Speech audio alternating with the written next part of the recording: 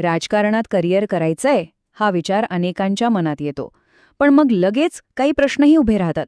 सुरुवात नेमकी कुठून करायची, पैसा किती लागेल आणि खरंच यात संधी तरी काय आहेत? बरं, याच काही प्रश्नांची उत्तरं आपण आज शोधणार आहोत. चला तर, राजकारणाची ही जी काही गुंतागुंतीची वाट आहे ना, तिचा नकाशा चुलगुळून पाहूया. आणि सगळ्यात पहिला आणि महत्त्वाचा प्रश्न जो नेहमीच विचारला जातो, तो म्हणजे शिक्षित तरुणांनी राजकारणात यावं का? खरं तर हाच प्रश्न आपल्या आजच्या चर्चेचा केंद्रबिंदू आहे. ह्याच प्रश्नाभोवती आपलं सगळं विश्लेषण फिरणार आहे.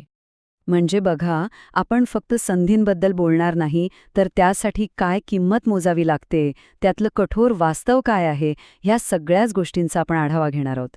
सोप्या भाषेत सांगायचं तर, काय चांगलं आहे आणि आव्हानं काय आहेत, हे सगळं आपण एकदम स्पष्टपणे पाहूया. तर मग सुरुवात करूया पहिल्या टप्प्यापासून, राजकारणातील करिअरचे फायदे आणि तोटे.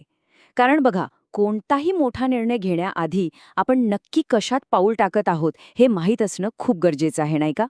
हे बघा, इथे दोन्ही बाजू एकदम स्पष्ट दिसतात. एका पारड्यात काय आहे? जनतेची सेवा करण्याची संधी, धोरणांवर प्रभाव टाकण्याची ताकद आणि हो, समाजात काहीतरी सकारात्मक बदल घडवून आणण्याची एक मोठी संधी.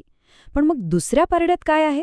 लोकांची 24 तास आपल्यावर नजर असते, मोठे आर्थिक धोके पत्करावे लागतात आणि करिअरमध्ये स्थैर्याची काहीच गॅरंटी नसते. खरं तर खाजगी आयुष्य नावाचा प्रकार जवळजवळ संपूनच जातो. ठीक आहे, फायदे तोटे तर पाहिले, पण आता जरा स्वप्नांच्या दुनियेतून बाहेर येऊन वास्तवाकडे बघूया. कारण राजकारणाचा मार्ग हा काही फुलांचा नाहीये. त्यावर अनेक व्यावहारिक अडथळे आहेत आणि याचा सामना प्रत्येकालाच करावा लागतो. आणि सगळ्यात मोठा प्रश्न असतो पैशाचा. किती पैसा लागतो? निवडणूक लढवणं म्हणजे प्रचंड खर्चिक काम आहे. अगदी प्रचारापासून ते बूथ मॅनेजमेंटपर्यंत पैसा पाण्यासारखा वाहतो. म्हणजे एक गोष्ट तर स्पष्ट आहे की राजकारण हा एक अत्यंत महागडा मार्ग आहे. त्यासाठी मोठ्या आर्थिक गुंतवणुकीची तयारी असायलाच हवी. पैशानंतर येतो तो स्थैर्याचा प्रश्न. हे करिअर म्हणून कितपत स्थिर आहे? साहजिकच आहे, कुटुंब आणि भविष्याचा विचार करताना हा प्रश्न मनात येणारच. याचं उत्तर खरं तर खूप सोपं आहे. नाही. अजिबात नाही. म्हणजे बघा, नोकरी किंवा व्यवसायासारखं स्थैर्य राजकारणात नसतं. इथलं करिअर पूर्णपणे निवडणुकीचे निकाल आणि लोकांची मतं यावर अवलंबून असतं. आणि यात इतके चढउतार असतात की ही अनिश्चितता जणू या क्षेत्राचा एक अविभाज्य भागच बनून जाते. बरं, मग या व्यवस्थेत नक्की भूमिका काय असू शकते? साधारणपणे 2 मुख्य मार्ग दिसतात. एक म्हणजे पक्षाचा कार्यकर्ता म्हणून काम करणं आणि दुसरा म्हणजे थेट उमेदवार म्हणून निवडणूक लढवणं. या दोन्ही भूमिकांमध्ये जमीन आसमानाचा फरक आहे. बघा, कार्यकर्ता म्हणून काम करताना लक्ष कशावर असतं? संघटनात्मक कामावर, तळागाळातील लोकांपर्यंत पोहोचण्यावर आणि पक्षाला आतून मजबूत करण्यावर.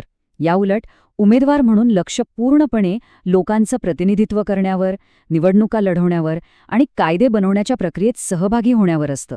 सोप्या शब्दात सांगायचं झालं ना, तर कार्यकर्ता हा पक्षाचा कणा असतो आणि उमेदवार हा पक्षाचा चेहरा असतो. चला, आता एका अत्यंत महत्त्वाच्या आणि माहितीपूर्ण भागाकडे वळूया. स्थानिक पातळीपासून ते थेट राष्ट्रीय स्तरापर्यंत ही सत्तेची रचना नक्की कशी काम करते हे समजून घेऊया. ही राजकीय उतरण समजून घेणं खूप सोपं आहे. सगळ्यात पहिल्या पायरीवर येतो नगरसेवक, जो स्थानिक पातळीवर काम करतो. त्याच्यावरच्या पायरीवर आमदार, जो राज्याच्या पातळीवर काम करतो. आणि सर्वात वरच्या स्तरावर खासदार, जो राष्ट्रीय पातळीवर काम करतो. ही 3 मुख्य पदं आहेत आणि आता आपण यांच्याबद्दलच सविस्तर जाणून घेणार आहोत. आता ह्या तिघांमध्ये नेमका फरक काय? हे बघा, अगदी सोपं आहे. आपल्या गल्लीतला रस्ता खराब झालाय तर आपण नगरसेवकाकडे जातो. ते स्थानिक समस्या हाताळतात. राज्याच्या पातळीवरचे कायदे, शिक्षण किंवा आरोग्याचे प्रश्न असतील तर आमदार जबाबदार असतात, जे विधानसभेत बसतात. आणि देशाच्या सुरक्षेसारखे किंवा परराष्ट्र धोरणासारखे मोठे निर्णय खासदार घेतात, जे संसदेत देशाचं प्रतिनिधित्व करतात. म्हणजे प्रत्येकाचं कार्यक्षेत्र आणि प्रभाव पूर्णपणे वेगळं आहे. तर एवढी सगळी माहिती समोर आल्यानंतर आता वेळ आहे थोडा विचार करण्याची, स्वतःला काही प्रश्न विचारण्याची. या सगळ्या प्रवासाचा विचार करून आपल्यासाठी योग्य मार्ग कोणता ठरू शकतो यावर चिंतन करण्याची. चला, तर मग या सगळ्या चर्चेतून आपण काय शिकलो ते थोडक्यात पाहूया. पहिली गोष्ट, राजकारण म्हणजे गंभीर बांधिलकी आहे, गंमत नाही. दुसरी, यासाठी मोठी आर्थिक आणि वैयक्तिक गुंतवणूक करावी लागते. तिसरी कार्यकर्ता आणि उमेदवार हे दोन मार्ग पूर्णपणे वेगळे आहेत. आणि चौथी गोष्ट, सत्तेचे हे जे वेगवेगळे स्तर आहेत ते समजून घेतल्याशिवाय पुढे जाताच येत नाही. आणि आता जाता जाता एक शेवटचा आणि सगळ्यात महत्त्वाचा प्रश्न.